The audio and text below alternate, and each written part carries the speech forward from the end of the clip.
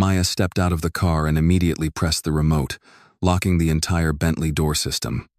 Mercer moved closer and shouted, "Open the car! Hand over the key!"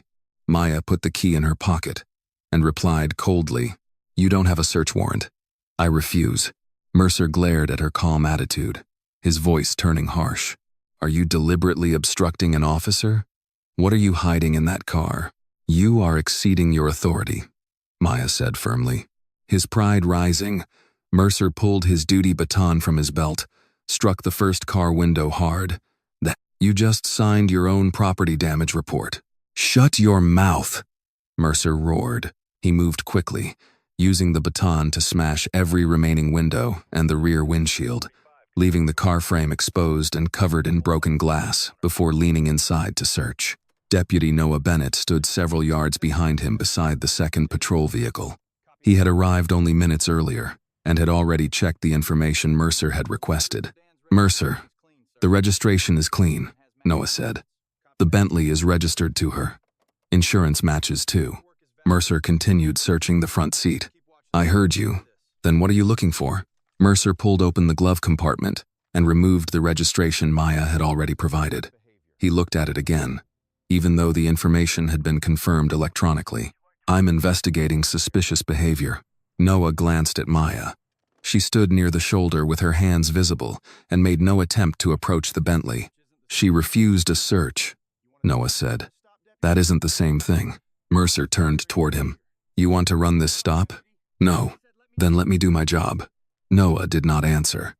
He had worked with Mercer long enough to recognize the warning. Senior deputies in Carver County did not appreciate being corrected in front of civilians, especially by younger officers. Mercer turned back to the car. Inside the center console, he found a charging cable, sunglasses, receipts, and a small bottle of hand sanitizer. He checked beneath the front seats and opened the rear storage compartments. Nothing he found supported his suspicion. Maya watched him carefully. "Your registration was verified before you broke the first window," she said. Mercer straightened. "I told you to keep quiet. You can tell me not to interfere. You cannot order me not to speak." His face tightened. There was no fear in her voice, and that seemed to frustrate him more than open anger would have. He had expected her to argue emotionally after he damaged the Bentley. Instead, she continued speaking as if every decision he made could later be reviewed. Mercer stepped closer to her.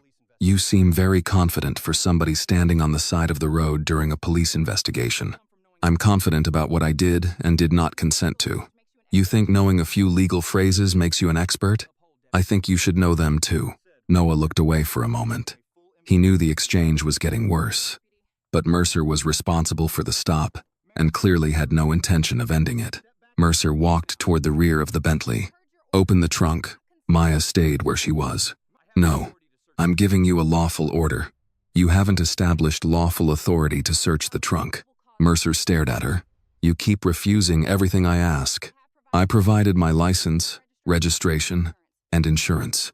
Your deputy confirmed all three," Noah said quietly. "She's right about that."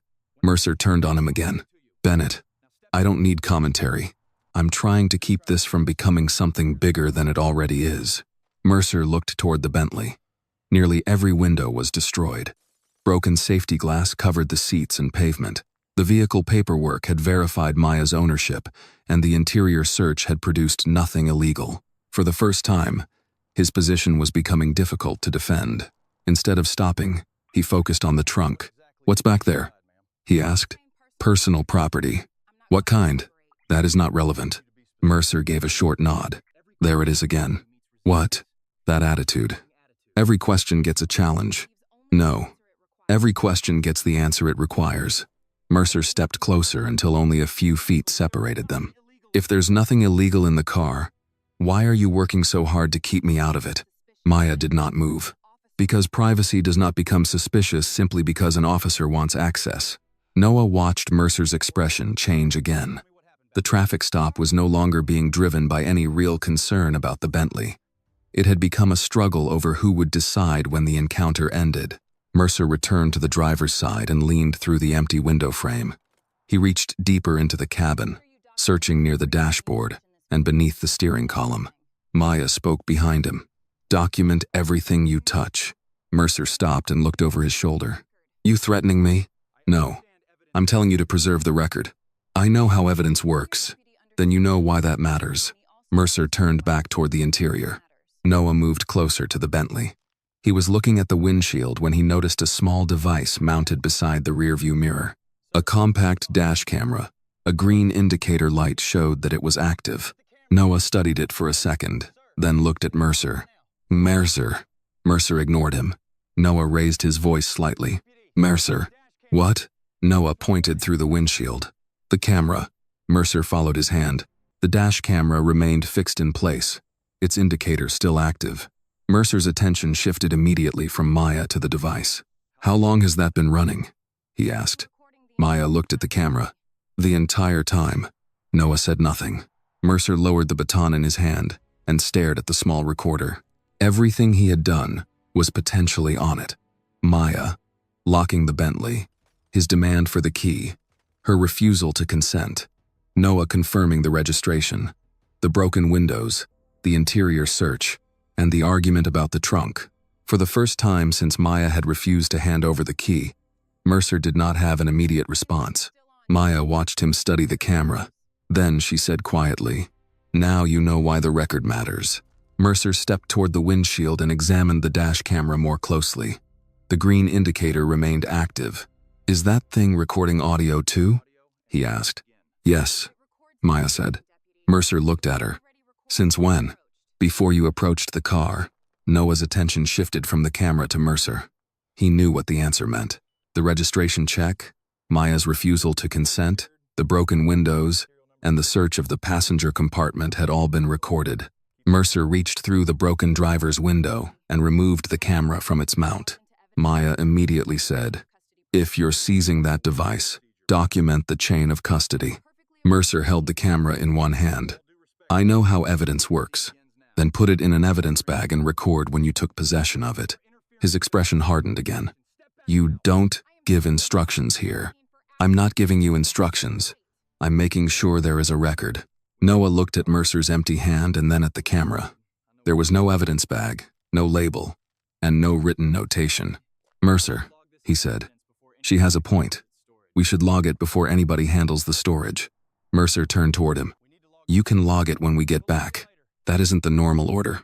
"I said I'll handle it." Noah stopped arguing, but he watched Mercer place the dash camera on the hood of his patrol vehicle. Mercer turned back to Maya. "Give me the key." "No. I'm done asking. You still haven't established lawful authority to search the trunk." Mercer walked toward her and stopped several feet away. "I found restricted recording equipment in a vehicle you're refusing to let me search. It's a dash camera. I decide what's relevant to my investigation." Maya kept her voice steady. "You don't create probable cause by damaging a vehicle and then deciding the owner's objections are suspicious. If you sympathize with Maya and believe no one should be punished for standing up for their legal rights, please like this video. Tell us in the comments where you're watching from, because someone near you may be following Maya's story too. Subscribe to the channel so you do not miss the next powerful stories."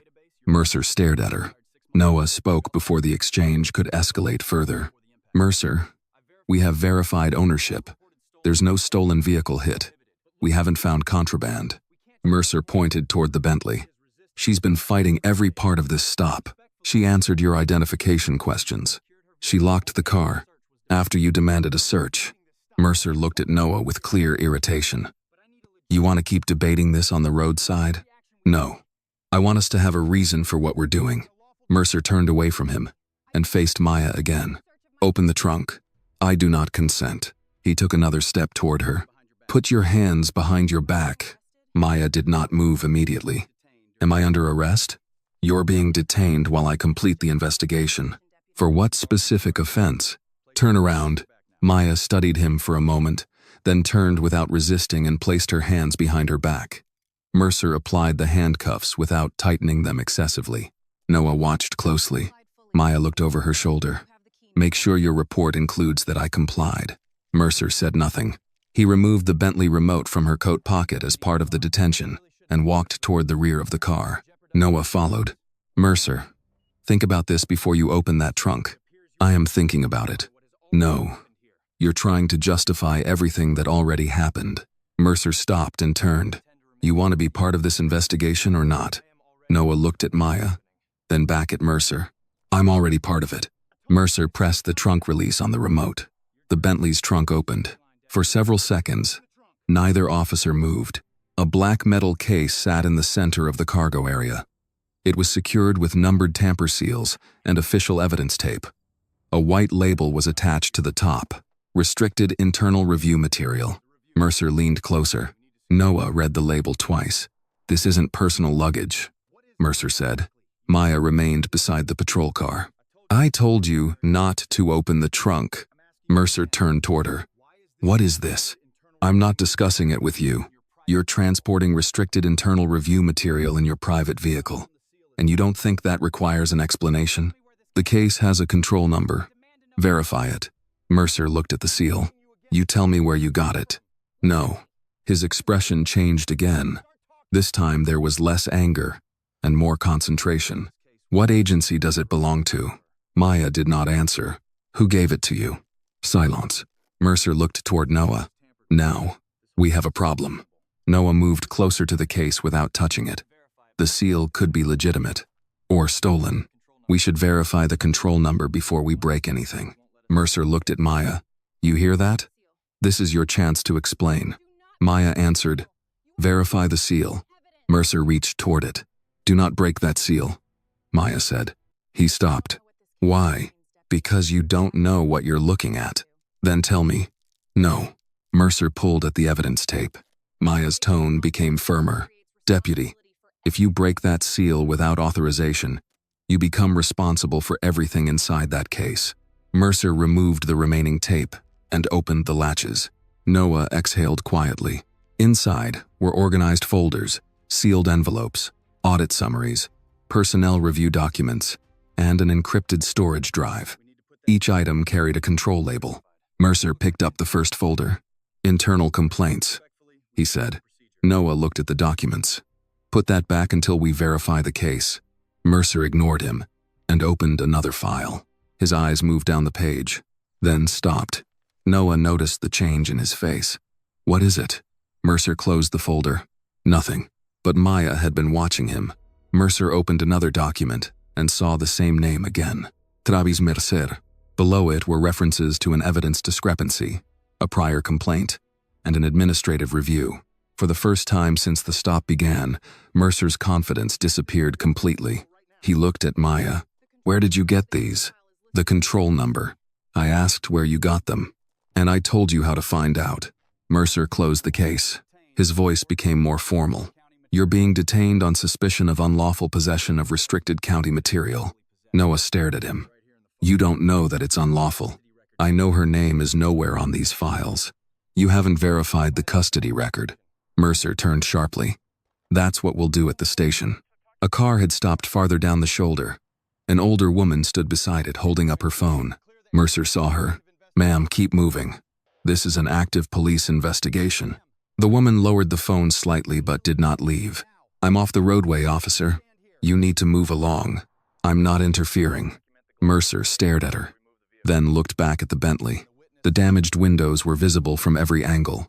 Maya stood, handcuffed without resisting. Noah remained beside the open trunk. The black case sat exposed between them. The woman raised her phone again. Mercer closed the trunk and picked up the dash camera from the patrol car hood. Maya watched him take possession of it. Be careful what you decide never happened. Mercer did not answer. Mercer walked back toward his patrol car with the dash camera in one hand. He opened the driver's door, placed the device on the center console, then looked toward Noah. Finished the tow request. Noah remained beside the Bentley. You're taking her in now. Restricted county files in the trunk. She won't explain where they came from. Yes, I'm taking her in. You still haven't verified the control number. We'll verify it at the station. Noah looked toward Maya, who stood beside the second patrol vehicle with her hands cuffed behind her back. What about the Bentley? Impound it. On what basis? Mercer gave him a hard look. Evidence. Noah did not argue further. He stepped away and called for a tow truck. Mercer got into his patrol car and shut the door. For several seconds, he sat without moving. The dash camera rested beside him. He picked it up and turned it over until he found the memory card slot. After removing the card, he inserted it into the reader connected to his patrol computer. A list of video files appeared. Mercer selected the most recent one. The recording began before the argument beside the Bentley. It showed Maya stepping out, locking the doors, and placing the key in her pocket. His own voice came through clearly. "Open the car. Hand over the key." Maya's answer followed. "You don't have a search warrant." "I refuse." Mercer watched himself step closer. Then Noah's voice appeared in the recording. "The registration is clean." Mercer paused the video. He looked through the windshield toward Noah, who was still speaking with dispatch. Then he resumed playback. The footage showed the first broken window, the second, the remaining windows. Maya standing away from the car with her hands visible. No aggressive movement. No attempt to interfere. No threat.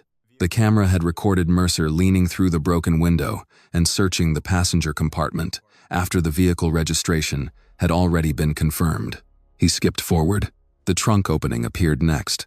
Then, the black case. Maya warning him not to break the seal. Noah telling him to verify the control number first. Mercer stopped the video again. His breathing had slowed, but his face was tense. If the recording remained intact, his report would have to explain every decision visible on the screen. He opened the file menu and selected delete. A confirmation message appeared. He accepted it. Then he deleted the remaining files from the card. After that, he formatted the storage. The computer asked for confirmation. He selected yes. When the process finished, the directory showed no files. Mercer removed the card, waited several seconds, then inserted it again. Still empty. He formatted it a second time. No files remained. Mercer leaned back in the seat and looked out at the Bentley. From where he sat, he could see broken glass on the seats and pavement. The older woman was still nearby with her phone. Noah was now speaking with the tow driver who had just arrived. Mercer placed the memory card back into the camera and turned the unit off. He opened the patrol car door and stepped outside. Noah looked toward him. "What were you doing?" "Checking the camera." "Anything on it?" Mercer walked past him. "Corrupted." Noah watched him for a moment. "It was recording when you took it. Recording doesn't mean the file's saved." Noah glanced at the device in Mercer's hand. "You already checked the storage?" Mercer stopped. "You have a problem with that?" "I'm asking." And I answered. Mercer placed the camera inside a clear evidence bag but did not seal it. "Let's go." Maya was placed in the rear of Noah's patrol vehicle for transport. Mercer took custody of the black case and secured it in his own unit. Before Noah closed the rear door, Maya looked at him. "Who has the camera?" "Mercer." "Was it logged?" Noah hesitated. "Not yet." Maya nodded once. "Remember that." Noah closed the door. The drive to the Carver County Sheriff's Office took less than half an hour. By the time they arrived, daylight had begun to fade. The sheriff's headquarters was a low brick county building near the courthouse square. Sunday evening staffing was light. Only a few patrol deputies, dispatchers, and administrative employees were inside. A local weather report played on a television mounted near the booking area. Someone had left a paper cup of coffee beside a stack of forms. A deputy at a desk was finishing a reheated chicken sandwich while typing an incident report. When Maya entered in handcuffs, several people looked up. No one recognized her. The booking officer was a woman in her late 50s with short gray hair and reading glasses hanging from a cord around her neck. "Name?" "Maya Williams." "Date of birth?" Maya answered. "Address?" She provided it. The officer typed the information into the system. "Occupation?" Maya paused briefly. "County administration." The booking officer looked up. "What kind of county administration?" "Transition work." Mercer stood behind Maya. She was found with restricted internal review material. The booking officer glanced at him, then back at Maya. "Any weapons?" "No." "Medication we need to know about?" "No." The woman nodded and continued the intake. Noah carried the dash camera into evidence processing. A property deputy looked at the bag. "What's wrong with it?" Mercer answered before Noah could. "Media corrupted in the field." The property deputy typed the description. "Any recoverable files?" "None." Noah looked at Mercer. The answer came too quickly. He had seen the green recording indicator on the road. He had heard Mercer ask how long it had been running. Now the camera had supposedly arrived with nothing usable. Noah said, "The unit was active when it was seized." Mercer turned toward him. "And? I'm just making sure that goes in the intake." The property deputy looked between them. Mercer said, "Put down that it appeared active."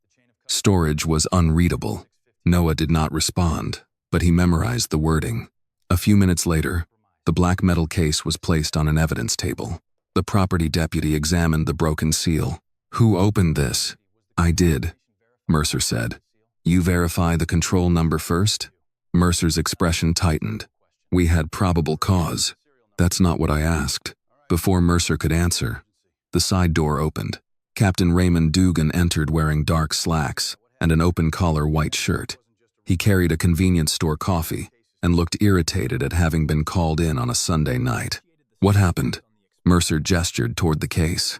Traffic stop turned into something bigger. Dugan set the coffee down and approached the table. He read the label, "Restricted Internal Review Material." Then he opened one of the folders Mercer had removed from the case. His eyes moved down the page. His expression changed. "Who opened this?" "I told you." "I did." Dugan looked at Mercer. "Who else saw what was inside?" Mercer glanced toward Noah. "Bennett." Dugan followed his eyes. Noah stood near the evidence workstation. Dugan closed the folder.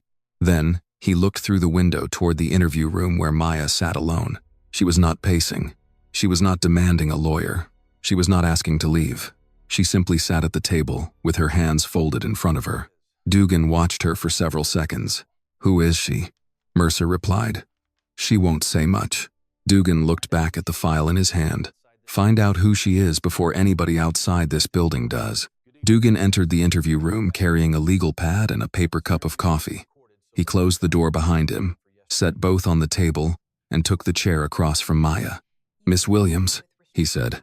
"I'm Captain Raymond Dugan." Maya gave a small nod. "I understand you were stopped this evening with restricted county material in your vehicle. You understand what Deputy Mercer told you." Dugan studied her before opening the legal pad. "Let's keep this simple. Where did you get the case?" "The control number is printed on the seal." "I saw the control number. I'm asking where you got it. And I'm telling you how to verify it." Dugan leaned back slightly. "You've been very careful about what you say." "I usually am." "Are you an attorney?" Maya did not answer. "Investigator?" She remained silent. "State employee?" "You have my identification." Dugan looked down at the blank page in front of him. "Your identification tells me your name and address. It doesn't explain why confidential internal review files were found in your trunk. They weren't found." Deputy Mercer opened a sealed case after I told him not to. He believed the material might be stolen. After breaking the seal, Dugan looked up. "You seem more interested in procedure than in clearing yourself." "I'm interested in both." "Then, help me understand why you were carrying those records." Maya rested her hands on the table. "Captain, the case had a numbered seal, an internal review label, and custody information. Your deputy could have verified all of it before opening anything. He was dealing with a driver who repeatedly refused instructions. I refused a search. There's a difference, depending on the circumstances." "There is. That's why the circumstances matter." Dugan said nothing for several seconds. Maya's tone never changed, but he could tell she knew more than an ordinary driver usually knew about evidence handling. He changed direction. "Do you know Deputy Mercer?" "No." "Have you ever met him before today?" "No." "Then why was his name in the files?" Maya looked at him. "You should ask the people who prepared them." "That's not an answer." "It's the correct answer." Dugan closed the legal pad. "You're making this harder than it needs to be." "No, Captain. Someone else already did that." He stood, collected his coffee, and left the room. Mercer was waiting outside. "Well?" he asked. Dugan motioned toward his office. Noah watched them go in and close the door. Inside, Dugan placed Mercer's preliminary report on the desk. "Start from the beginning." Mercer remained standing. "I saw the Bentley, ran the plate, got an administrative delay, and pulled her over." "Did dispatch ever report the car stolen?" "No." "Did registration eventually clear?" Mercer hesitated. "Yes." Dugan looked at him. Before or after you broke the windows? Mercer said nothing. Dugan already knew the answer. What exactly did she do that you're calling obstruction? She kept refusing orders. Which orders? Open the car. Give me the key. Let me search. Dugan rubbed his forehead. That is not how you write this. Mercer frowned. What do you mean? You don't write that she refused to let you search. You write that she repeatedly refused lawful instructions during an active investigation. That's what happened. Then use language you can defend. Mercer sat down. Dugan pulled the report closer. The database delay created an administrative concern. You continued the stop while verifying ownership. During that process, her behavior increased your suspicion. Mercer nodded slowly. Dugan continued. You observed indicators suggesting restricted material might be inside the vehicle. I didn't know about the case until I opened the trunk. Dugan looked at him. Do you want the report to explain why you destroyed several windows before you found anything? Mercer stopped talking. Dugan pointed at the page. You write the sequence cleanly. Administrative irregularity. Repeated refusal to comply. Officer concern. Vehicle entry. Restricted documents discovered. Possible unlawful possession. Evidence seized. Mercer looked toward the door. What about the camera? According to your intake, the media was unreadable. It was. Dugan held his gaze. Then, that is what the report says. Mercer nodded. At the evidence workstation, Noah was entering property information when he noticed the dash camera record again. No usable data. He stared at the line. He had seen the green indicator while they were still on the roadside. Mercer had removed the camera only after being told it was recording. Noah clicked into the equipment details. The unit had a serial number, intake time, assigned evidence number, and storage status field. He checked the technical response log. The device had registered normally when first connected. Noah sat back. That did not prove what had been on the card, but it proved the hardware had responded before the evidence entry was changed. A deputy carrying a paper plate walked past him. Long night. Noah minimized the window. Looks like it. You eat yet? No. There's half a chicken sandwich in the break room if nobody took it. Thanks. The deputy continued down the hall. Noah reopened the evidence screen. He entered a routine maintenance note stating that the media device had responded during initial intake before supervisory review. He included the serial number and timestamp, then saved the entry. He did not accuse anyone. He did not change the evidence classification. He simply made sure there was a record showing what the system had reported before someone changed the story again. Mercer and Dugan came out of the office several minutes later. Dugan carried the revised preliminary report.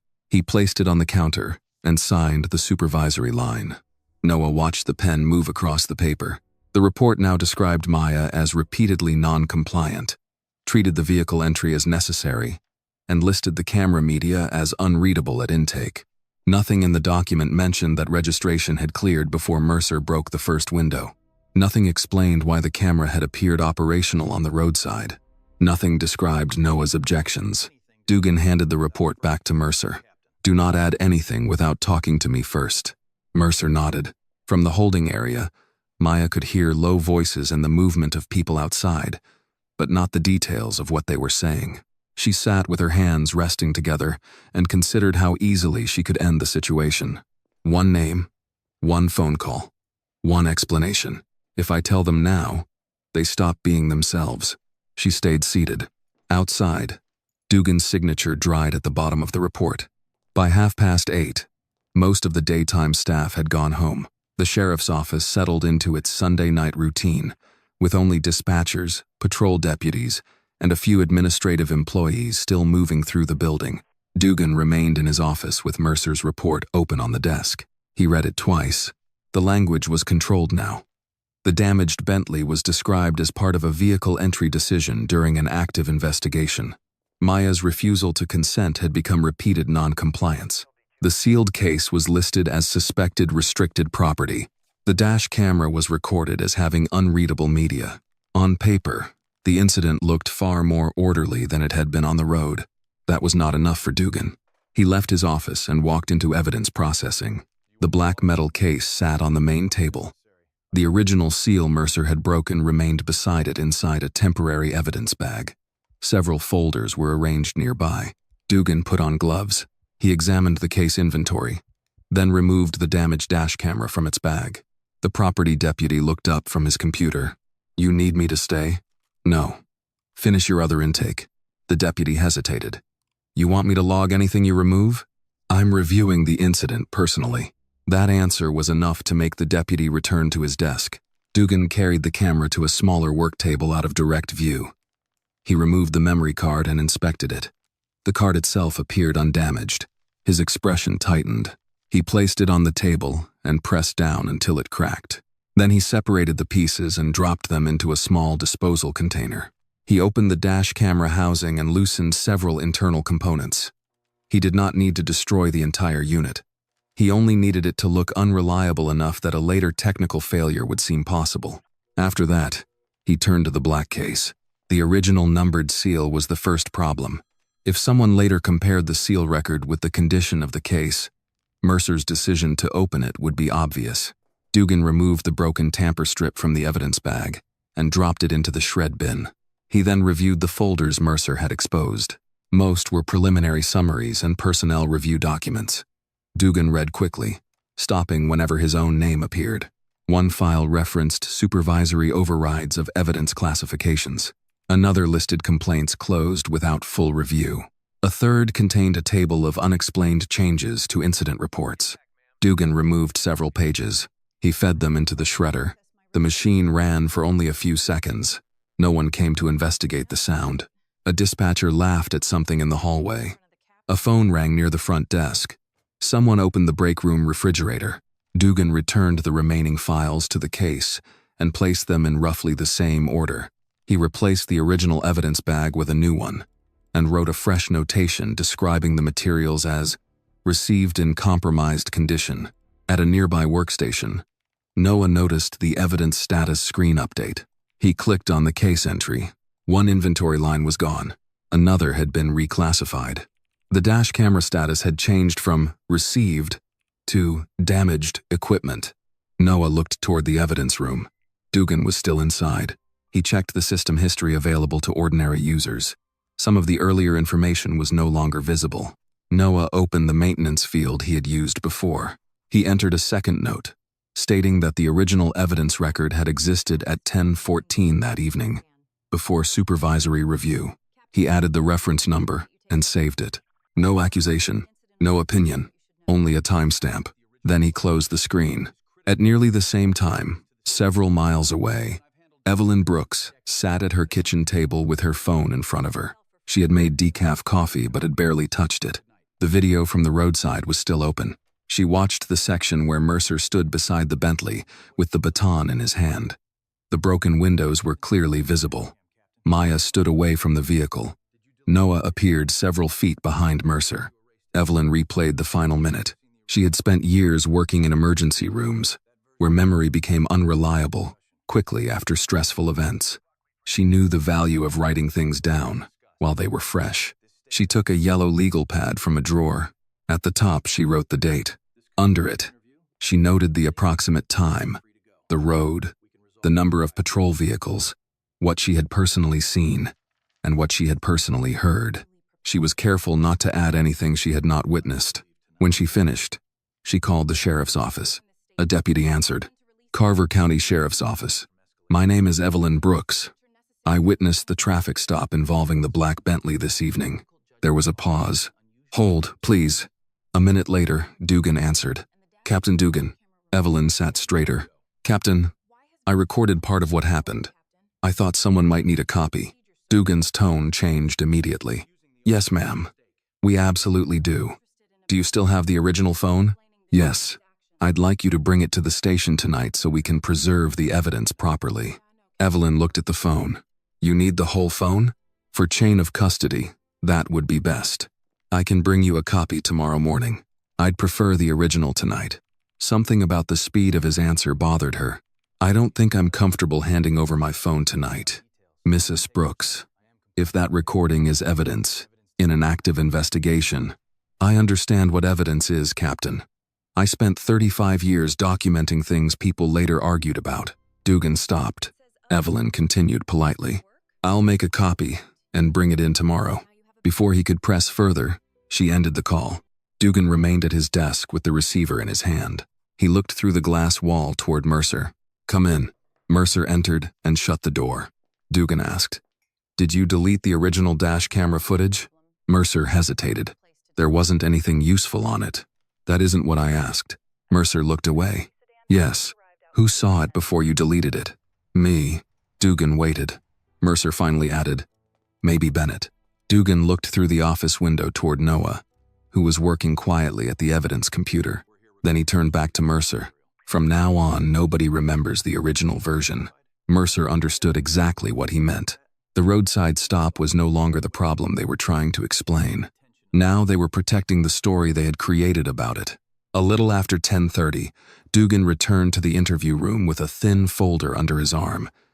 He no longer carried the legal pad he had used earlier. This time, he brought a printed document and placed it face down on the table before taking the chair across from Maya.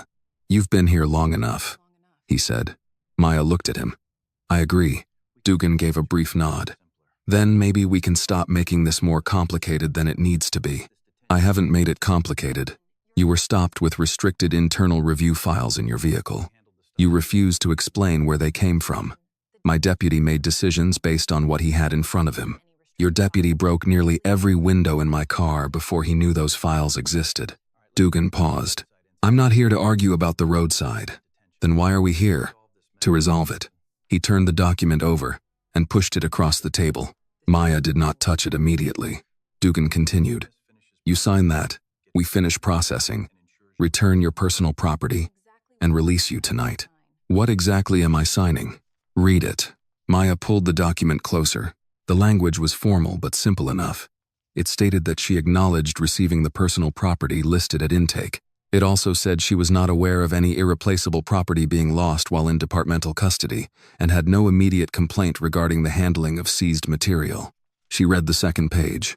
Another paragraph stated that she accepted the release of the Bentley subject to normal impound procedures and acknowledged that electronic evidence collected during the incident might have been unreadable or damaged before intake. Maya looked up. "You wrote this recently." Dugan leaned back. "Does that matter?" "It matters if you're asking me to sign a statement about evidence I haven't been allowed to inspect. We're not asking you to verify technical evidence. We're trying to get you out of here." "Then release me." "I'm offering to." "No. You're offering to release me if I sign something." Dugan folded his hands on the table. "Miss Williams, nobody benefits from turning this into a larger problem." Maya looked at the document again. "You seem very interested in what disappeared." "Nothing disappeared."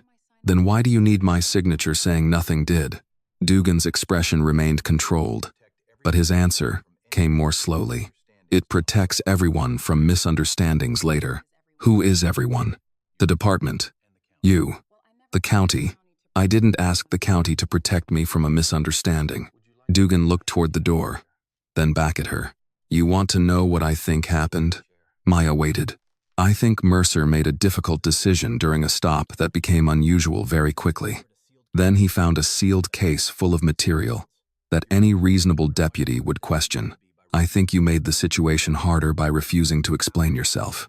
Now everyone has spent hours dealing with something that could still end quietly.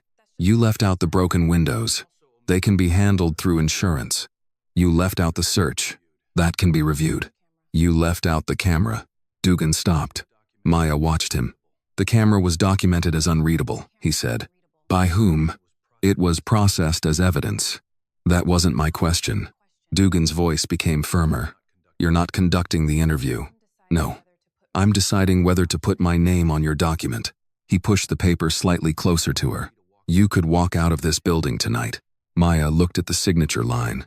"And if I don't sign?" "Then the investigation continues." "Into the case?" "Into everything." Maya rested both hands on the table.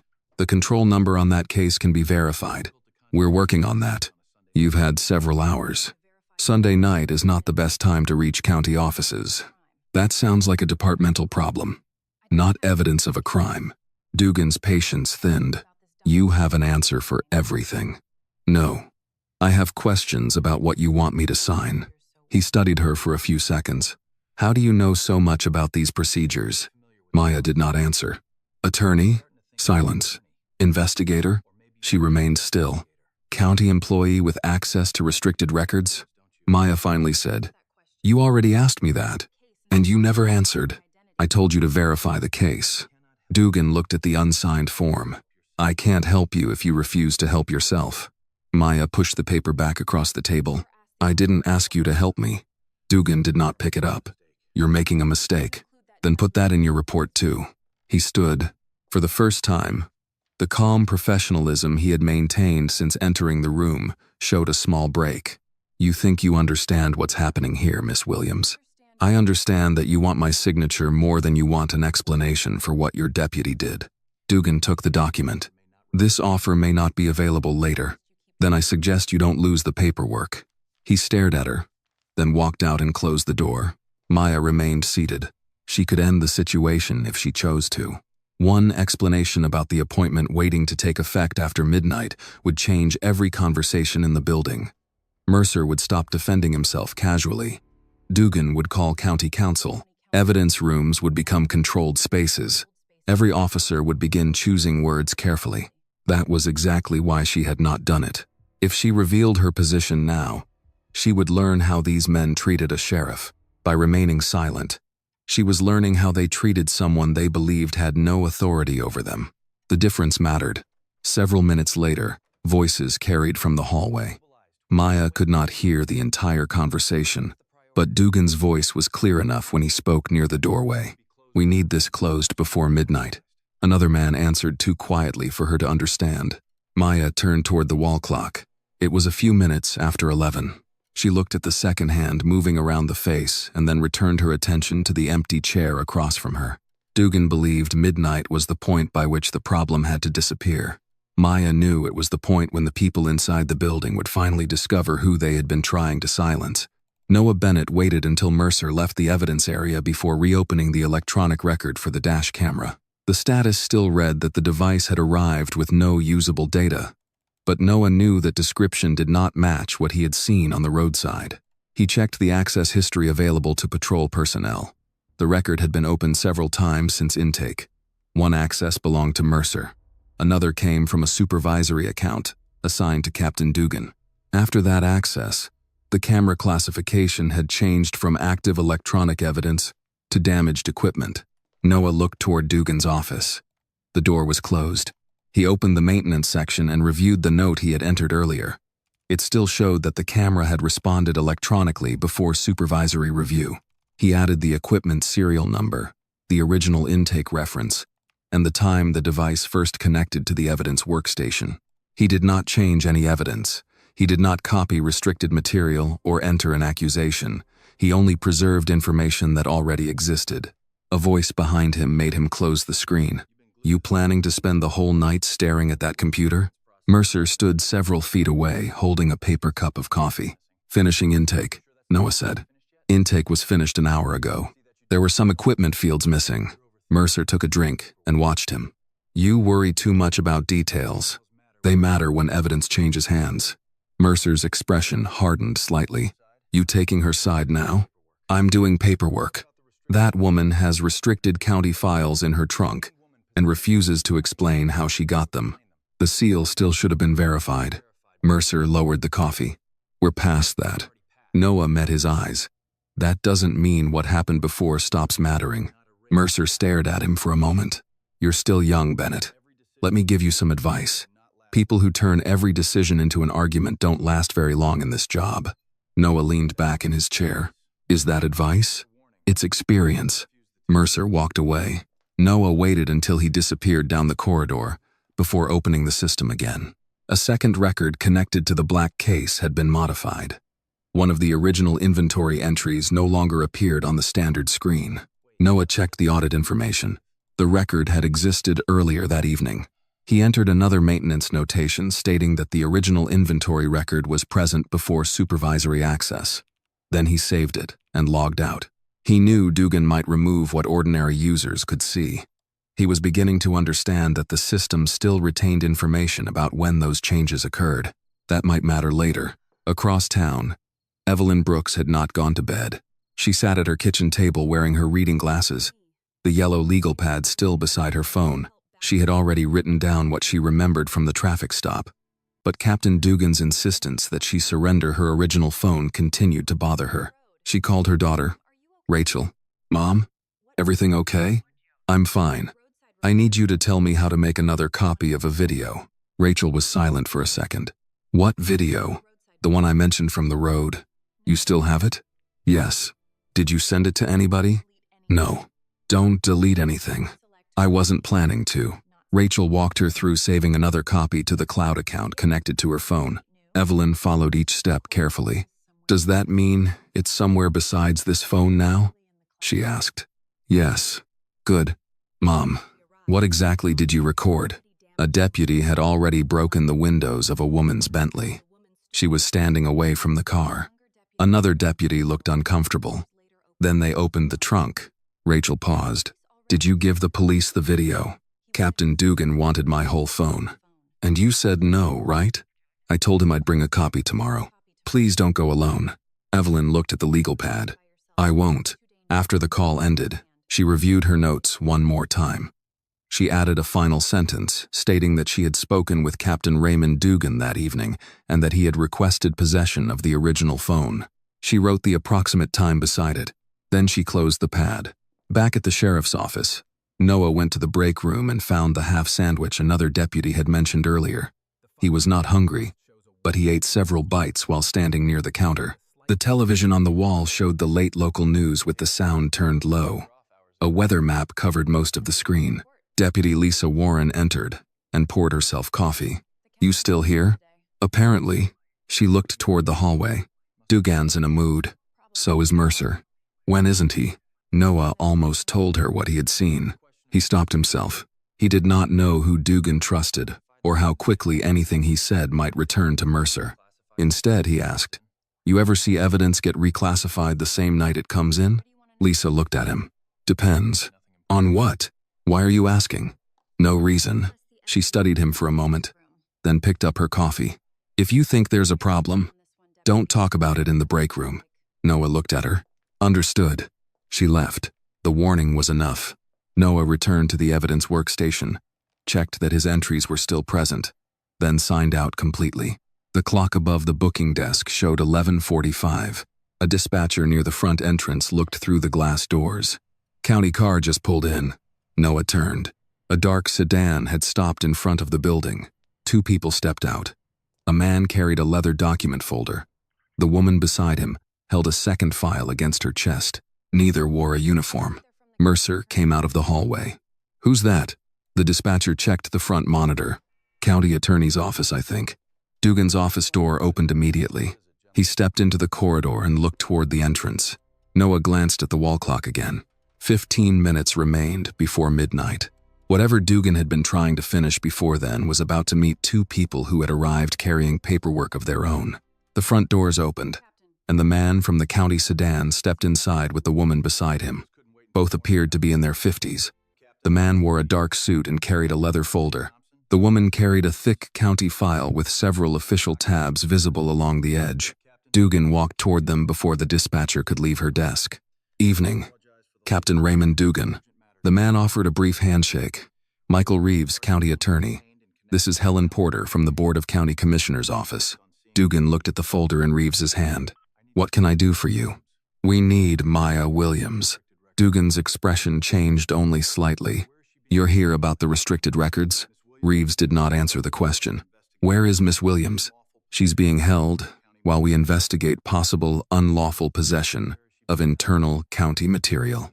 Porter looked at Reeves, then at Dugan. Reeves asked, "Held where?" "Interview holding." "Has she been formally charged?" "We're still working through the incident." "Then bring her out." Dugan's tone remained polite. "I'll need more than that. We have an active investigation." Reeves looked toward the clock above the booking desk. It was a few minutes before midnight. "We can wait." Dugan frowned. "For what?" Reeves did not explain. Mercer had come out of the hallway and was now standing several feet away. Noah remained near the evidence workstation. Porter placed her county file on the counter but kept one hand on it. Dugan looked between them. "If this is about the case in her vehicle, we have reason to believe it contains restricted internal review documents." She refused to explain how she obtained them. Reeves asked. Did anyone verify the control number on the case? Dugan paused. We were in the process. That sounds like a no. Mercer stepped forward. The circumstances gave us reason to believe the material could be stolen. Reeves looked at him. You are? Deputy Travis Mercer. Porter glanced at the file in front of her. Mercer noticed. What? Nothing, she said. Reeves returned his attention to Dugan. I want Miss Williams brought out. Dugan crossed his arms. Again, you're asking me to interrupt an active investigation. Reeves looked at the clock. 1 minute remained before midnight. Captain, I'm not asking you to interrupt anything yet. The room became unusually quiet. The dispatcher stopped typing. Noah looked toward the clock. Mercer followed his attention. Dugan appeared more irritated than concerned. Then the minute changed. Midnight. Porter opened the county file. Reeves waited several seconds longer before speaking. Now bring her out. Dugan's patience ended. On whose authority? Porter removed a certified document and placed it on the counter. Reeves turned it toward him. On hers. Dugan looked down. At the top of the document was the official county seal. Beneath it was the appointment language approved by the Board of County Commissioners. His eyes moved lower. Maya Williams, Sheriff of Carver County, effective at 12 midnight Monday. Dugan read the page again. Mercer stepped closer. What is that? Noah already understood. Reeves looked at the clock once more. It was 1 minute past midnight. Captain, he said, Maya Williams is now the Sheriff of Carver County. I suggest you open that holding room door. Mercer stared at the document. She never told us. Nobody answered him. Dugan remained still for several seconds before turning toward the hallway. Get her. A deputy moved quickly toward the holding area. Noah looked at Mercer. The anger that had driven Mercer for most of the evening was gone. He appeared to be trying to reconstruct every conversation he had had with Maya since the traffic stop began. A minute later, Maya entered the administrative area. She was no longer handcuffed. She did not smile. She did not look at Mercer first. Her attention went to the evidence processing area. The black case had been repackaged. The dash camera carried a damaged equipment tag. A new evidence bag had replaced the one she had seen earlier. Then she looked at Dugan. Reeves handed her a copy of the appointment document. Sheriff Williams? Maya accepted it. Thank you. Mercer spoke before anyone else could. If you'd told us who you were, none of this would have happened. Maya looked at him. She held his gaze for a moment but did not answer. There were more important things to do. She turned to Reeves. I want every evidence system in this building frozen. Dugan stepped forward. Sheriff, before you start issuing orders, there are details you need to understand. Maya looked at him. I understand enough to know that nothing else gets changed tonight. She faced the dispatcher and the evidence staff. From this moment forward, nobody deletes, moves, edits, destroys, or reclassifies any item connected to this incident. Dugan tried again. There are routine processing procedures already underway. They stop. You're personally involved in the incident. You can't run the investigation. I'm not going to. That answer caught him off guard. Maya turned to Reeves. Contact outside investigators. I want independent preservation of the physical and electronic evidence. I will not conduct the criminal fact-finding in a matter where I was detained. Reeves nodded. I'll make the calls. Maya looked toward Noah. Who handled the dash camera after it came into this building? Noah hesitated. Mercer answered first. It arrived. Corrupted. Maya did not look at him. I asked who handled it. Noah said. Mercer had it on the roadside. It came through evidence intake here. Captain Dugan later accessed the record. Dugan's eyes moved toward Noah. Maya noticed but did not comment. Preserve the access history too. Yes, ma'am. Dugan lowered his voice. Sheriff, we should discuss this privately. We will. After preservation begins. Dugan said nothing further. Maya moved toward the evidence room with Reeves and Porter, leaving Mercer near the booking desk. Mercer looked at Dugan. Dugan did not look back. Several minutes later, Dugan entered his office alone and closed the door. For the first time that night, he allowed himself to show concern. Then he sat down and reviewed what had already been done. The memory card had been broken. The original seal was gone. Several pages had been shredded. The evidence packaging had been replaced. Mercer's report had already been rewritten. Dugan leaned back in his chair. The woman they had detained was now the sheriff. That changed the politics. It changed the command structure. It changed who could ask questions. But a title could not restore evidence that no longer existed. By the time his breathing settled, Dugan had convinced himself that one fact still protected him. Most of the truth, he believed, had already been destroyed. Within minutes of Maya's order, the sheriff's office began to operate differently. Michael Reeves contacted the State Investigative Bureau and requested an independent team to preserve the evidence connected to Maya's detention. Helen Porter remained near the administrative desk, documenting which county records were being secured and who still had access to them. Maya stood outside the evidence room but did not enter. Reeves noticed. "You can go in," he said quietly. "No, not until an outside investigator is present. This is your department now. That's exactly why I'm staying out." Reeves nodded. "Understood." Maya looked through the glass at the black metal case. The packaging had changed since Mercer removed it from the Bentley. The numbered seal was gone, and several evidence labels appeared newer than the others. "What was the original condition of that case when it arrived?" she asked. Noah answered from behind her. "Open." The seal had already been broken on the roadside. "Who repackaged it?" Noah hesitated. "I saw Captain Dugan in evidence processing later." Dugan had returned from his office and was standing several feet away. "I conducted a supervisory review," he said. Maya turned toward him.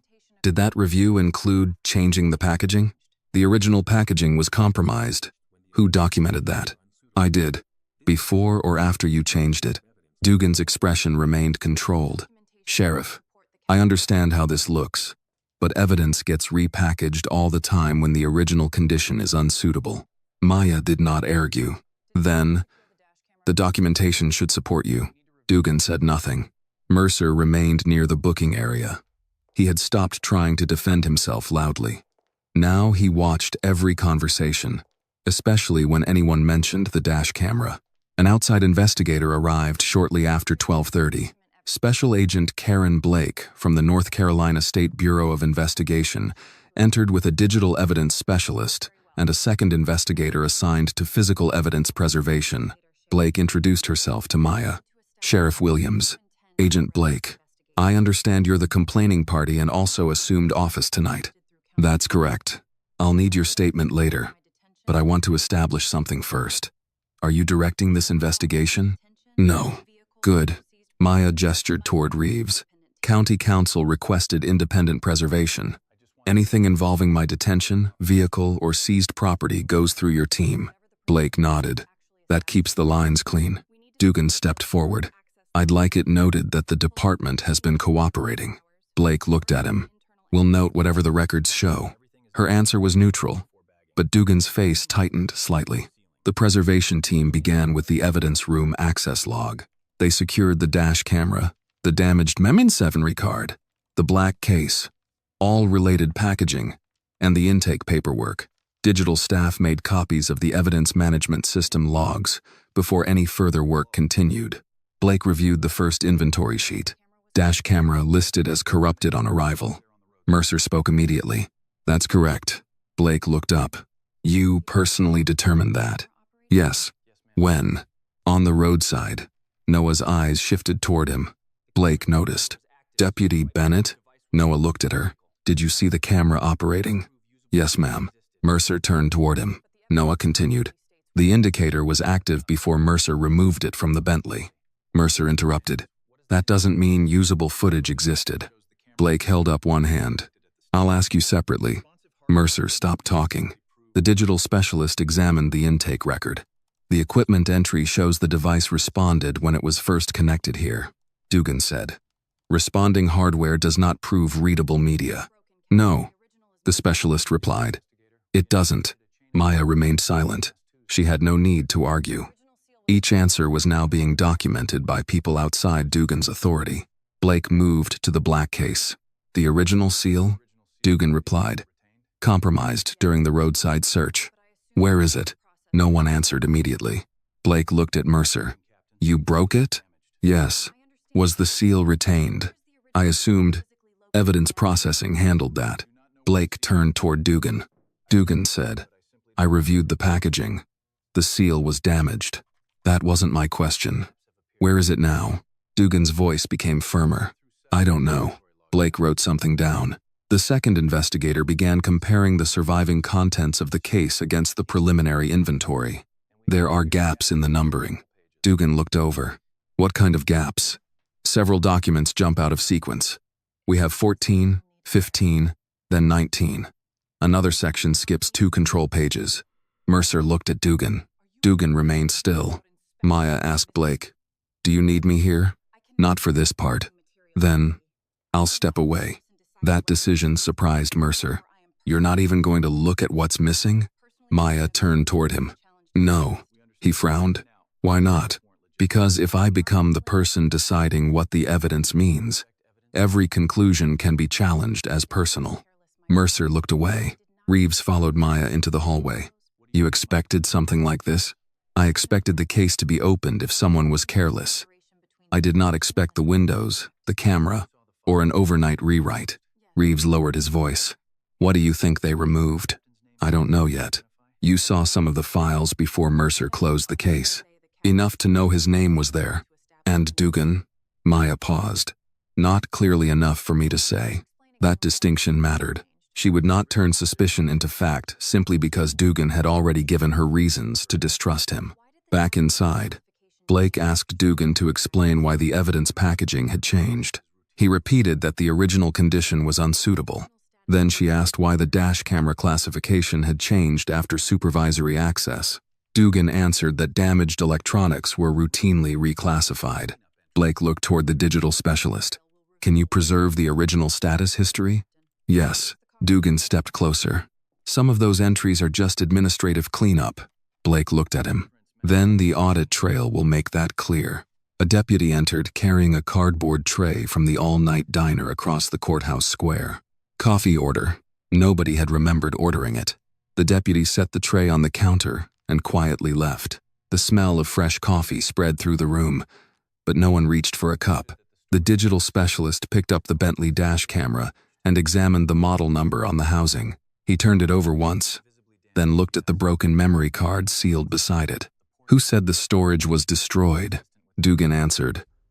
"The card is physically damaged." The specialist nodded. "I can see that." He studied the camera again. Then he looked toward Blake. "Why are we looking for the memory card?" The room went quiet. Mercer's attention fixed on him. Maya turned from the hallway. Blake asked, "What do you mean?" The specialist pointed to the camera. "This unit doesn't depend on the card for its primary record." The digital evidence specialist carried the Bentley camera to the technical workstation and connected it through an isolated forensic interface. Blake stood beside him, while Maya remained near the doorway. "What does it use?" Blake asked. The specialist checked the device information on his screen. "Local storage is secondary. This model can upload encrypted recordings automatically when it has a secure data connection." Mercer looked toward the damaged memory card. "You're saying it records somewhere else?" "I'm saying the card isn't necessarily the only copy." Dugan stepped closer. "Where would the other copy be?" The specialist continued reading the configuration information.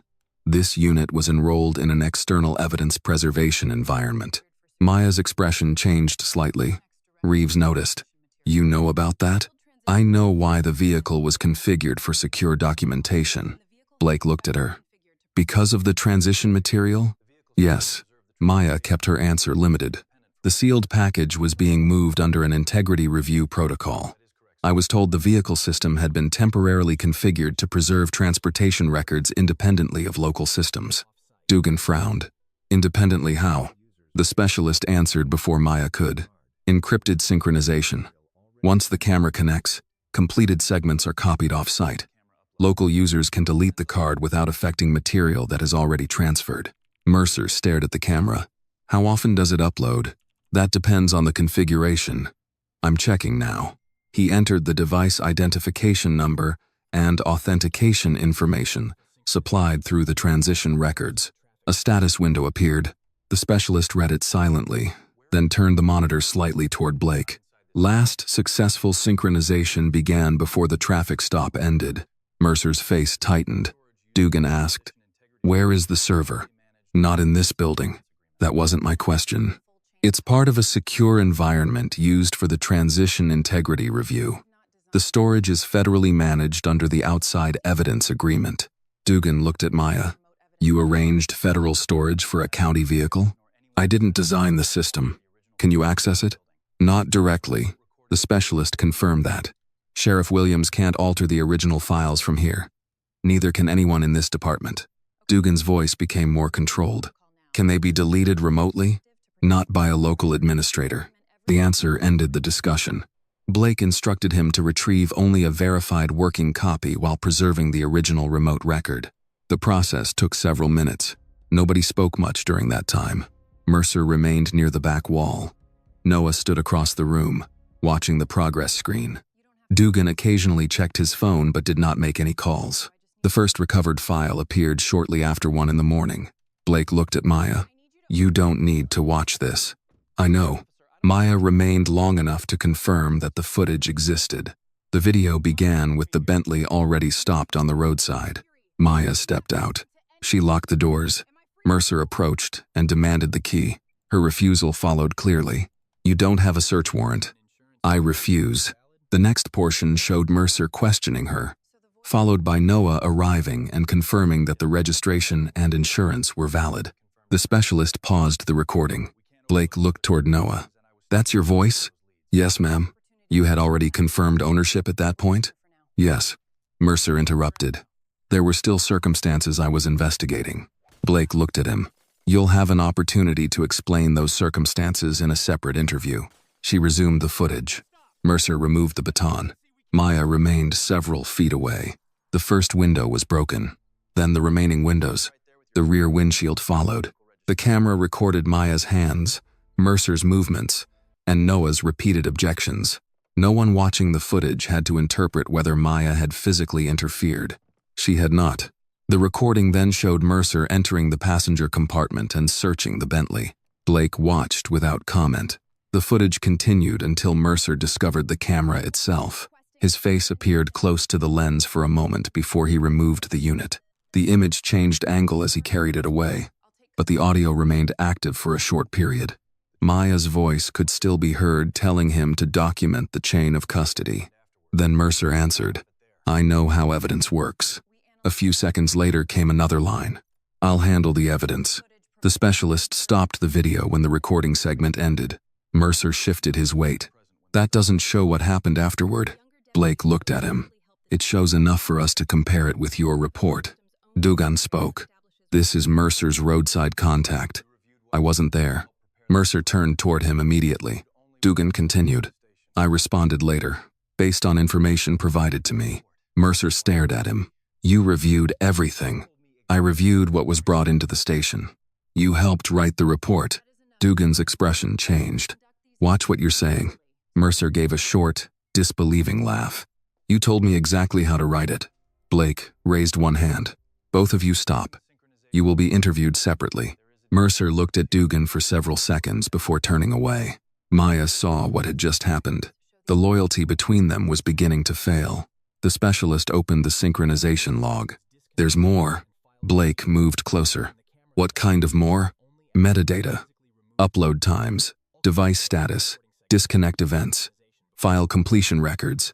The camera stopped transmitting only after it was removed from the vehicle, but the roadside segments had already completed synchronization. He pointed to the screen. The copy on the card was not the original record anymore. Mercer looked toward the broken memory card sealed on the evidence table. For hours he had believed destroying that card had removed the most dangerous evidence. It had only removed the copy he could reach. Maya stepped back from the workstation. Agent Blake, you have what you need from me for now? Yes. I'll stay available, but I don't want to participate in the review. Blake nodded. That's appropriate. Maya left the technical area with Reeves. Inside, the specialist shifted his attention from the recovered video to the sheriff's office evidence database. He compared the camera's remote timestamps with the local intake record. His expression became more serious. The camera was functioning before arrival, but somebody changed its evidence status after it entered this building. Dugan answered immediately. Routine reclassification. The specialist looked at the access history. Maybe. I'll need the original audit trail. Noah had been silent until then. He stepped forward. "I can show you where to look." Every person in the room turned toward him. Noah looked first at Blake, then briefly at Dugan. I preserved the original status before it started changing. Blake asked Noah to step into a small conference room away from Mercer and Dugan. The digital evidence specialist followed with a laptop, while another investigator closed the door. Noah remained standing until Blake pointed to a chair. "Sit down, Deputy Bennett." He sat and placed his hands on the table. Blake opened a fresh interview form.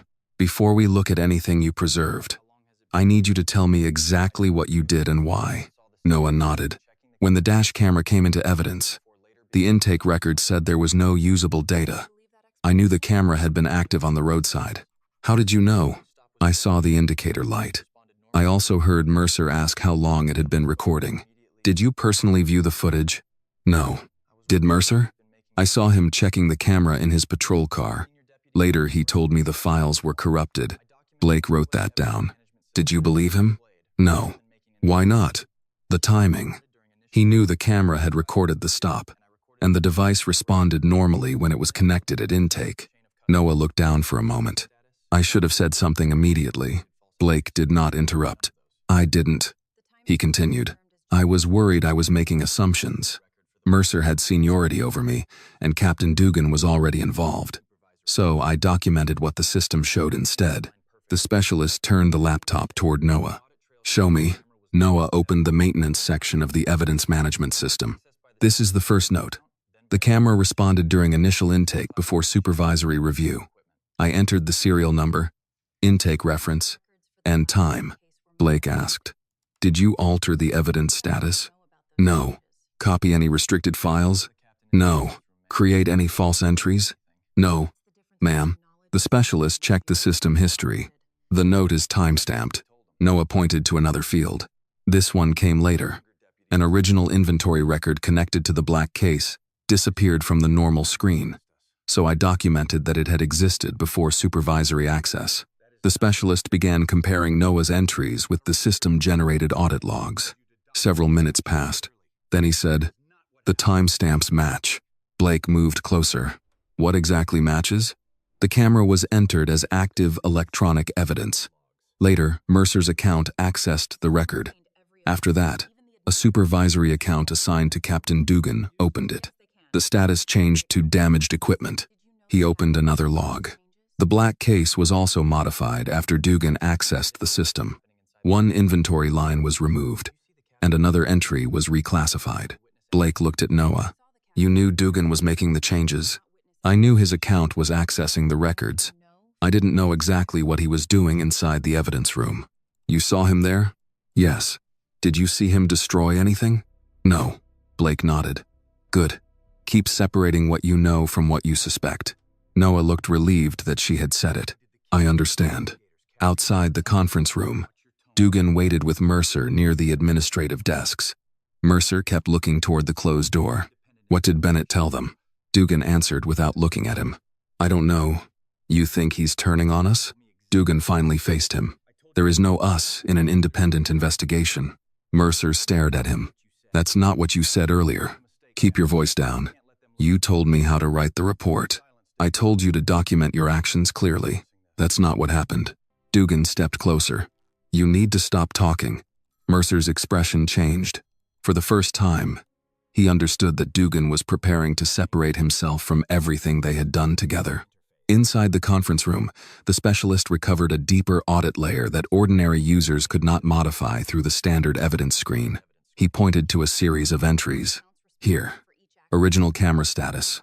Original case inventory. Subsequent administrative changes." The system retained each event even though the current screen no longer showed the earlier versions. Blake asked, "Can these logs identify the accounts used?" "Yes." He highlighted two names, Travis Mercer, Raymond Dugan. Blake sat back. "That gives us a timeline." Noah said quietly, "That's why I left the notes." Blake looked at him. "The notes helped us know where to look. The audit system is what establishes the changes." Noah nodded. He understood the distinction. A second investigator entered carrying the surviving contents of the black metal case. "We finished the preliminary inventory." Blake stood. What did you find? The investigator placed several folders on the table. The case is legitimate county property. It was prepared for the leadership transition. Noah looked at the label on the first folder. Carver County Sheriff Transition Integrity Review. Blake opened it. The introductory memorandum identified Maya Williams as the authorized recipient upon assumption of office. The sealed package had never been stolen. It had been assigned to her. The investigator continued. The purpose was to brief the incoming sheriff on unresolved internal control issues before she took command. Blake turned several pages. The concerns included missing evidence, altered incident reports, unexplained camera failures, closed complaints, and supervisory changes made without complete documentation. Then she found Mercer's name. Several entries involved him.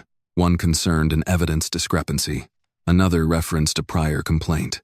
A third involved a report modification requiring additional review. Blake turned another page. Dugan's name appeared as the approving supervisor. Then it appeared again. And again. Noah read silently over her shoulder. The surviving records did not prove every allegation, but they established that the concerns existed before that night. Blake closed the folder. Mercer had assumed Maya was carrying evidence that could incriminate her. Instead, he had opened an official package prepared for the woman who was about to become his sheriff. The digital specialist returned to the audit screen. We have the roadside video, the original evidence status, the administrative changes, and the transition records. Blake looked toward the conference room door. This isn't one bad stop anymore. Maya was standing in the hallway with Reeves when Blake stepped outside and told her what they had confirmed. Maya listened without interrupting. When Blake finished, Maya looked through the glass toward Dugan and Mercer. "No," she said quietly. "It isn't." Dugan asked to speak with Agent Blake before any further interviews began. Blake agreed, but she chose the conference room and brought another investigator with her. Dugan noticed immediately. "I thought this was a conversation." "It is," Blake said. "It's also part of an investigation." Dugan sat across from her. Mercer remained outside near the booking area, where he could see the conference room door but could not hear what was being said inside. Dugan folded his hands on the table. "I want the record to reflect that Deputy Mercer made the roadside decisions. I wasn't present." Blake opened her notebook. "That is already clear. I responded based on the information he gave me." "What information?" "That he had detained a woman carrying restricted internal review records under questionable circumstances." Blake nodded. "And after you arrived?" "I reviewed the incident." "Did that include the dash camera?"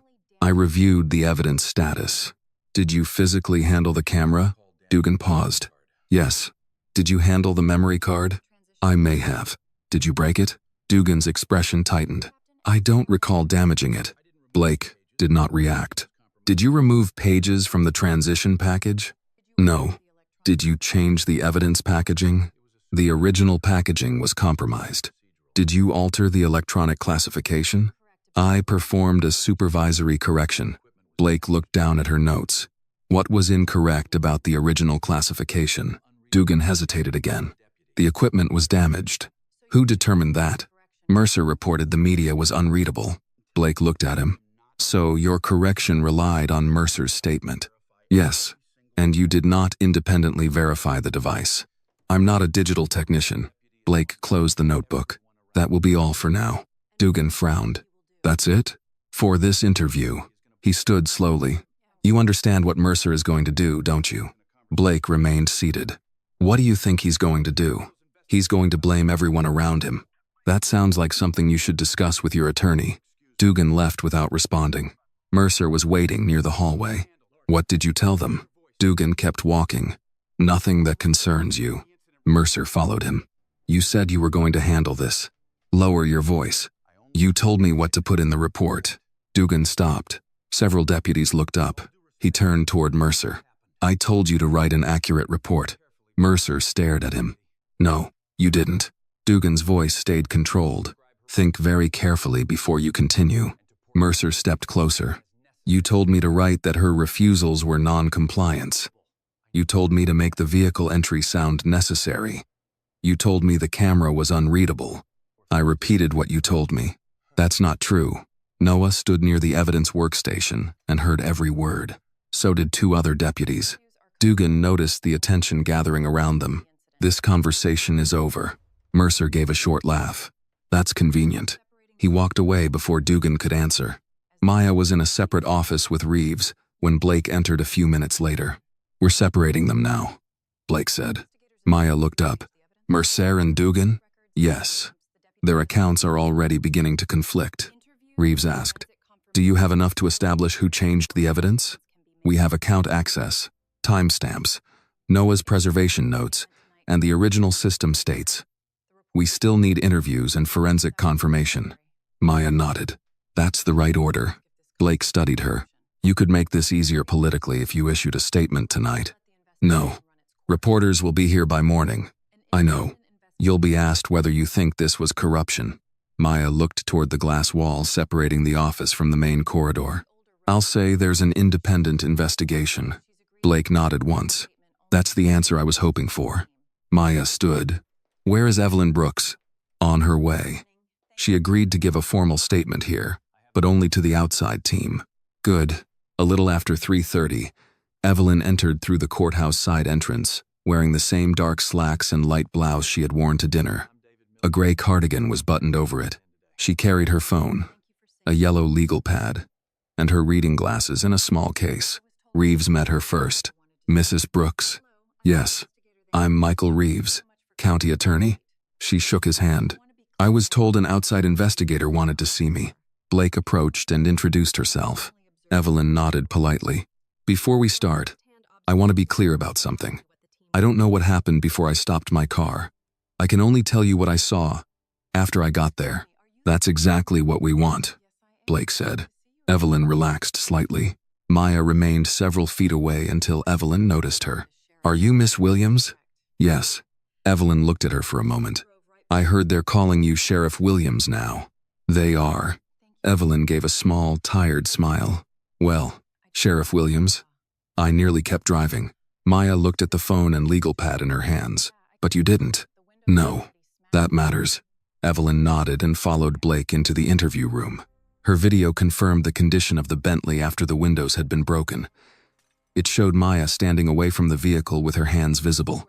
It showed Mercer beside the open trunk and Noah nearby. It also captured part of Mercer's effort to make Evelyn leave the roadside. More important were her handwritten notes. She had written them before she knew Maya's position, before she spoke with anyone from the county, and before the incident could become public. Blake reviewed the pages carefully. You wrote down that Captain Dugan asked for your original phone. Yes. What did he say? That bringing the whole phone in that night would be best for chain of custody. Why didn't you? Evelyn adjusted her glasses. Because he sounded more interested in having the phone than in hearing what I saw. Blake wrote that down. Outside the interview room, the investigation team continued reviewing the surviving transition package. One investigator brought Blake a file when Evelyn's interview ended. We found another complaint connected to Dugan's supervisory review. Blake opened it. Then another investigator handed her a second file. The pattern was similar. Disputed evidence handling, changed wording in reports, complaints closed after supervisory intervention. None of the older files proved misconduct by themselves. Together, they raised a new question. Dugan's involvement might not have started that night. Blake carried the files into the hallway where Maya and Reeves were waiting. This may go back further than Mercer. Maya looked at the folders. How far? We don't know yet. Maya did not ask to see them. Then find out. Across the building, Mercer sat alone in an interview room. Dugan was in another. For the first time since the roadside stop, they were no longer protecting the same version of events. By 4 a.m, the central question had changed again. It was no longer whether Dugan had protected Mercer that night. It was how many times he might have done the same thing before. Dugan requested another interview shortly after 4 a.m, but this time he asked that Maya be present. Agent Blake considered the request before agreeing. You understand Sheriff Williams is not conducting this investigation, she told him. I understand. I still want her to hear what I have to say. Maya entered the conference room with Michael Reeves and took a seat near the end of the table. Blake sat across from Dugan, while an investigator prepared the recording.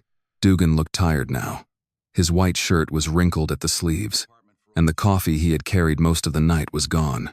"I've worked in this department for more than 30 years, he began. "I've watched people come in here with no idea what it takes to keep an office like this functioning." Maya said nothing. Dugan continued, "Complaints come in every week. Some are legitimate. Some are misunderstandings. Some are from people who are angry because a deputy gave them a ticket or arrested someone in their family. If command staff treated every complaint like a criminal investigation, nobody would do police work." Blake asked, "Is that why records were altered tonight?" "I'm explaining how supervision works." "No," Maya said. "You're explaining how you justified it." Dugan looked at her. "You haven't been sheriff long enough to understand the difference. I was a citizen when your deputy broke the first window. I understood enough then." Dugan leaned forward. "You could have prevented all of this." Reeves looked toward him, but Maya answered before he could intervene. "How?" "You could have identified yourself. You could have shown Mercer the appointment documents. You could have called the county attorney before this became a disaster." "You think my title would have changed his behavior?" "Of course it would have." The room went quiet. Dugan realized what he had admitted, but he did not take it back. Maya kept her voice even. "That is the problem. He thought he was dealing with an ordinary traffic stop. He was. You know what I mean." "Yes, Captain. I do." Dugan sat back. Maya continued, "I had valid registration, valid insurance. I refused a search. Your deputy damaged my car before finding the sealed case. None of those facts change because a county commission appointed me. Sheriff, you deliberately withheld information. I exercised the same rights any other citizen could exercise. And then you waited while the situation got worse. I waited while your people made choices." Dugan shook his head. "You wanted to see what would happen. I wanted the stop to end lawfully. But once it didn't, you let it continue." Maya looked directly at him. "Justice isn't fair because powerful people demand it. Justice is fair only when power has to obey it too." Dugan was silent. Maya continued before he could answer. "If Mercer had treated me properly only after learning I was about to become his sheriff, that would not have proven the system worked. It would have proven status was the only thing protecting me." Dugan turned toward Blake. "This is exactly what I mean. She has already decided what happened." Blake replied, "My team is deciding what the evidence establishes, based partly on Bennett." "No," Blake said. "His statements are one part of the record." Dugan pointed toward the door. "Bennett waited all night to say anything. He stood there while Mercer searched the vehicle. Now he suddenly becomes the reliable witness because he wants to save his own career." Maya did not defend Noah. Blake opened a folder. "His credibility is not the only issue." She placed several printed audit pages on the table. These entries were created automatically by the evidence management system. Deputy Bennett did not create the access timestamps. Dugan looked down. Blake continued, "The dash camera entered the system as responsive electronic evidence. Mercer's account accessed it. Your supervisory account accessed it afterward. Its classification then changed to damaged equipment. I already explained that.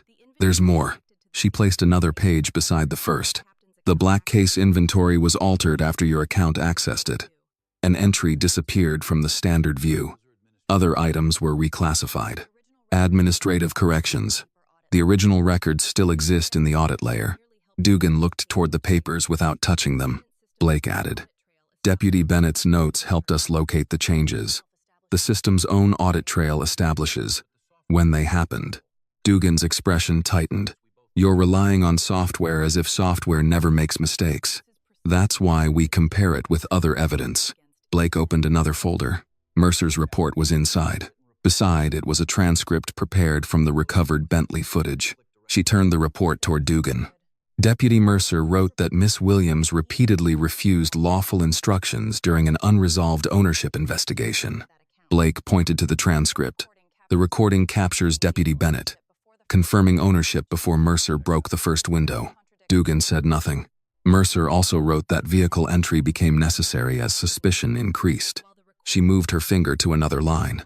"The video shows the windows being destroyed before the restricted case was discovered." Another page. "The report describes the dash camera as unreadable when seized. The remote system shows successful synchronization before Mercer removed it." Dugan looked toward Mercer through the conference room glass. Mercer was sitting alone in the adjacent interview room.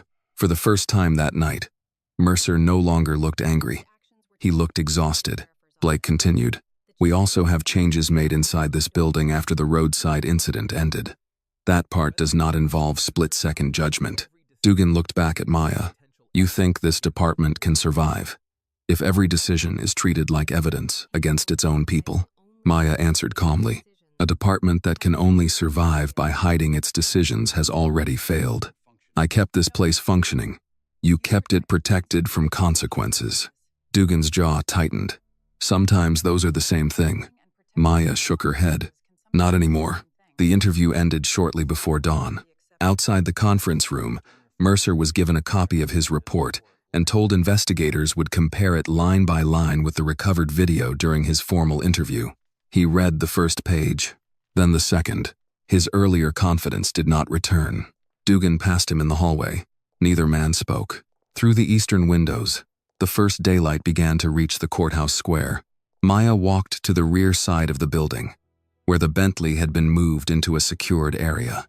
She stopped near the glass door and looked at it. The body remained intact, but the empty window frames were still exposed. Broken safety glass remained across parts of the interior because the vehicle had been preserved for documentation. Reeves stood a few steps behind her. "You all right?" "Yes. You've been awake all night. So has everyone else." "That wasn't what I asked." Maya kept her attention on the Bentley. "This started because one man couldn't accept being told no." Reeves waited. "And then another man decided the department mattered more than the truth." The morning light grew stronger across the parking area. Maya turned away from the damaged car. The broken windows had started the investigation. What happened inside the station had made it much larger. By 7:30 Monday morning, the parking lot outside the Carver County Sheriff's Office had begun to fill. Local reporters gathered near the main entrance. A television truck parked beside the courthouse square, and 2 photographers stood across the street waiting for someone to come outside. Word had spread that an overnight incident involved the newly appointed sheriff, though most people still did not know exactly what had happened. Inside, Maya stood in the conference room with Michael Reeves and Agent Blake. Blake closed a folder. "We're placing Mercer on administrative leave pending the investigation." Maya nodded. "And Dugan? He'll be removed from any role that gives him access to evidence, personnel files, or case management systems, while we continue. That needs to happen immediately." "It will." Reeves looked toward Maya. "The county was supposed to announce your appointment at 9. "I know. That plan is gone." Maya looked through the window toward the lobby. "What are reporters asking?" "Everything. Whether you were arrested, whether you were assaulted, whether this was some kind of internal test, whether Mercer knew who you were." Maya turned back. "I'm not giving them a story before the evidence is reviewed. They'll interpret silence. They can interpret whatever they want. We'll give them facts." Reeves nodded. "You want me beside you?" "Yes." Maya paused. "And Agent Blake stays in charge of discussing the investigation." Blake agreed. Shortly after 8, Mercer was called into a personnel office. He entered with a union representative who had arrived less than 20 minutes earlier. Dugan was brought into a separate administrative room. Neither man was permitted access to the evidence system. Mercer's representative read the temporary suspension notice. "Administrative leave with pay pending investigation," he said. "You understand this is not a final disciplinary action?" Mercer looked at Maya, who stood near the doorway with Reeves. "Do I have a choice?" "No," Maya said. Mercer gave a bitter laugh. "You waited until you had the badge." Maya's expression did not change. "No. I waited for independent investigators to preserve the evidence. You could fire me right now. I could make a decision before the process is complete. I'm not going to." Mercer looked surprised. "You think that makes you better than me?" "This isn't about me." He stared at her for several seconds. Maya continued. "You'll have representation. You'll have the opportunity to respond. The evidence will be reviewed outside this department." Mercer looked down at the notice. For the first time, he seemed to understand that Maya was not going to give him an argument he could later describe as personal retaliation. He signed the acknowledgement. In another office, Dugan received notice that he had been removed from operational command pending investigation. He read the document slowly. Who approved this? Reeves answered. The county has authority to restrict administrative access during an independent investigation. Dugan looked toward Maya. You haven't even been here one full day. That doesn't change what happened last night. You're going to tear this department apart. Maya answered calmly. No. The investigation will determine what needs to be repaired. Dugan shook his head. You still think policy fixes people? No. Policy makes it harder for people to hide what they do. Dugan said nothing after that. By 9, Maya walked to a small podium outside the sheriff's office. The North Carolina flag and the American flag moved lightly behind her. Reeves stood several feet away. Blake remained near the entrance. Reporters began calling questions before Maya reached the microphones. Sheriff Williams, were you arrested last night? Did a deputy destroy your car? Was this an undercover operation? Are you firing anyone? Maya raised one hand. The questions stopped gradually. My name is Maya Williams. As of midnight, I am the sheriff of Carver County. Cameras clicked. Last night, before my commission took effect, I was involved in a traffic stop conducted by members of this office. Evidence connected to that incident is now under independent review. A reporter called out, Were you treated unlawfully? Maya looked toward Blake. That question will be answered by evidence, not by my title. Another reporter asked, Did the deputies know who you were? No. Would this have happened if they had? Maya paused. That is one of the questions this county needs to think seriously about. She continued, No employee will be protected because of rank. No employee will be punished without due process. Records connected to this matter have been preserved, and outside investigators are handling the criminal and evidentiary review. Are you saying there was a cover-up? I'm saying investigators have identified evidence handling issues that require examination. I will not go beyond that until the facts are established. The press conference lasted less than 10 minutes. Maya refused repeated attempts to turn the incident into a personal feud. She returned inside and began the job she had originally expected to begin under very different circumstances. The following months changed the department gradually. Mercer's case moved through administrative and legal review. The recovered Bentley footage contradicted key portions of his report, and investigators established that he had deleted local camera files after the stop. After the required proceedings, he lost his position and faced further legal consequences tied to the search, falsified reporting, and destruction of evidence. The investigation into Dugan took longer. Audit logs, surviving transition records, prior complaints, and evidence room history showed a broader pattern of supervisory intervention. Investigators reopened older cases rather than assuming every complaint was valid. Some resulted in no finding of misconduct. Others revealed report changes and evidence problems that should have been examined years earlier. Dugan was removed permanently from operational authority, while the investigation proceeded into evidence tampering, obstruction, and falsification. Noah cooperated fully. Months later, he stood in Maya's office after giving another formal statement. I should have stopped Mercer sooner, he said. Yes, Maya replied. Noah looked at her. She continued, Doing the right thing late still matters, but somebody else pays for every minute you wait. He nodded. I won't forget. Good. Don't. Maya did not promote him. She did not give him a public award. Noah returned to patrol with more responsibility for his own decisions than he had carried before. The department changed its evidence procedures. Electronic records received permanent audit histories. Critical video was backed up off-site. Supervisory edits to reports were logged. Restricted internal review materials required dual authorization. Evidence deletion triggered outside review.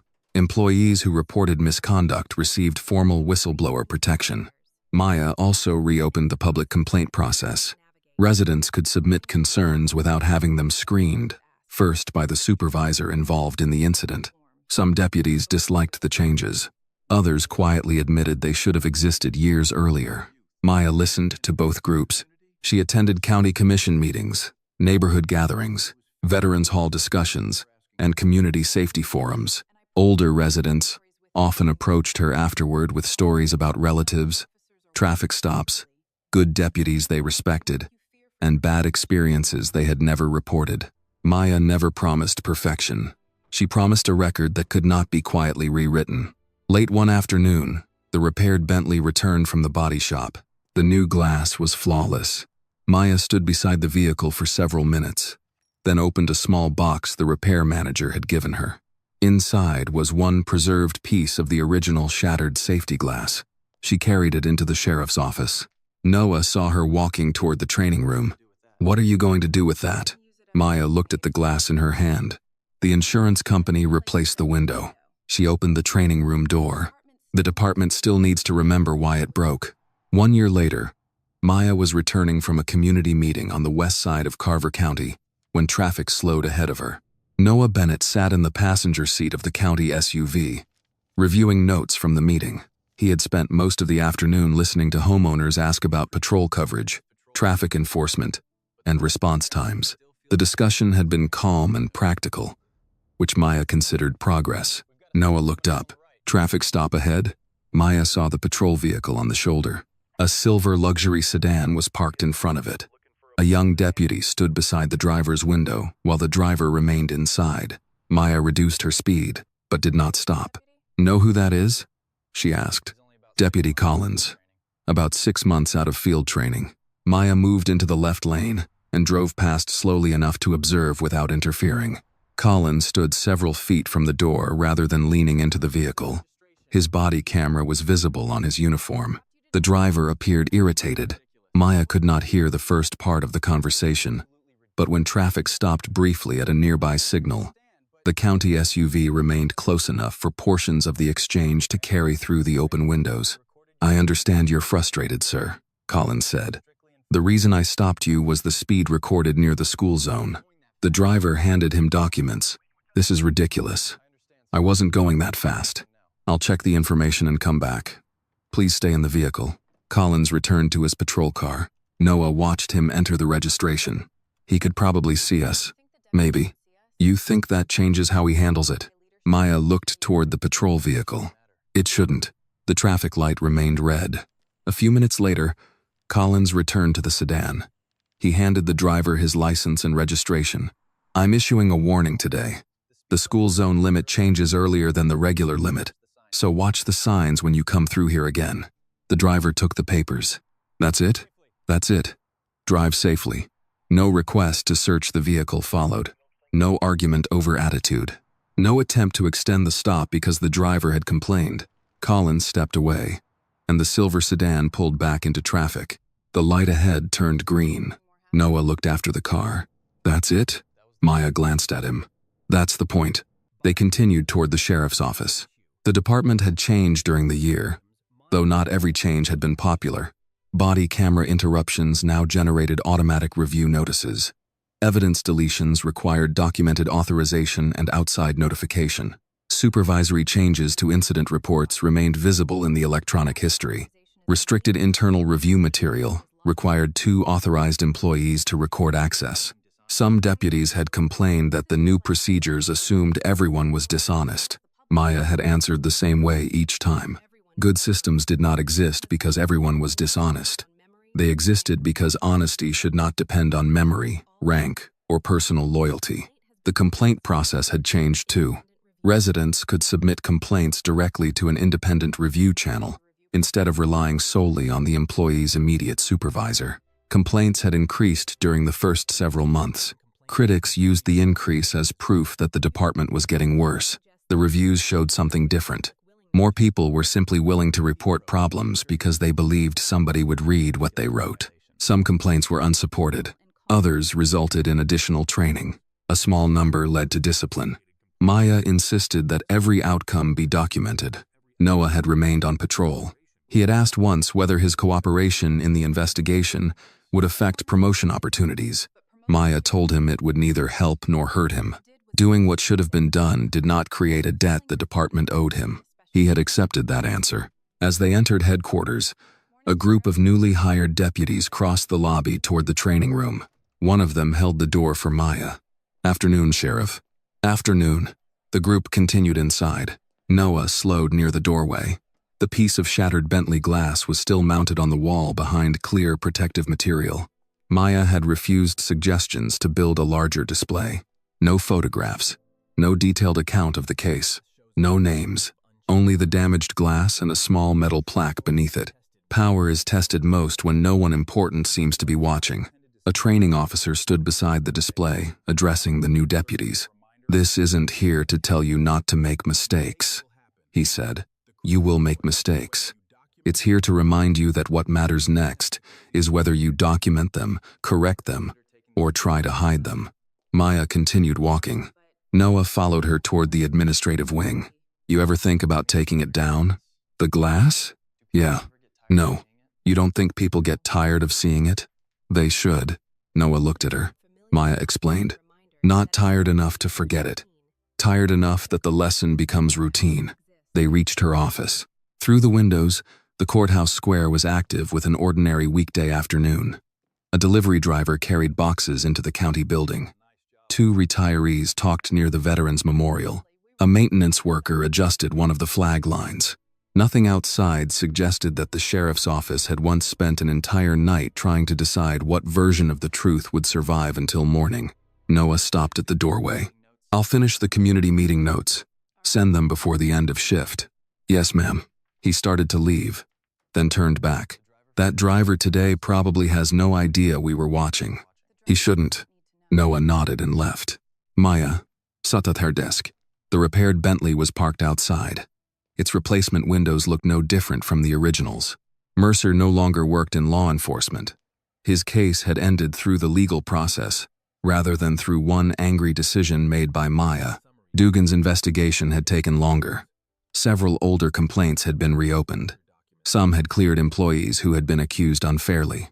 Others confirmed problems that should have been addressed years earlier. That distinction had always mattered to Maya.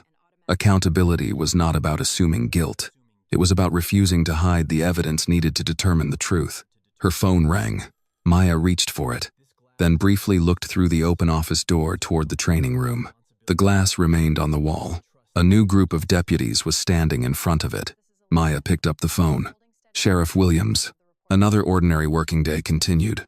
The most important change in Carver County was not that 2 men had finally faced consequences. It was that an ordinary driver could now be stopped, questioned, treated lawfully, and sent home without ever needing to be anyone important. Real justice is rarely the moment everyone sees. Sometimes, it is simply the wrong thing not happening again. The lesson from Maya's story is simple. Power means very little if it is not controlled by integrity. Rights should not depend on a person's title, wealth, connections, or position. The moment authority begins protecting itself instead of protecting the truth, silence becomes part of the problem. Real justice is not only about punishing the people who cross the line, it is about changing the system so the next ordinary person does not have to suffer the same wrong.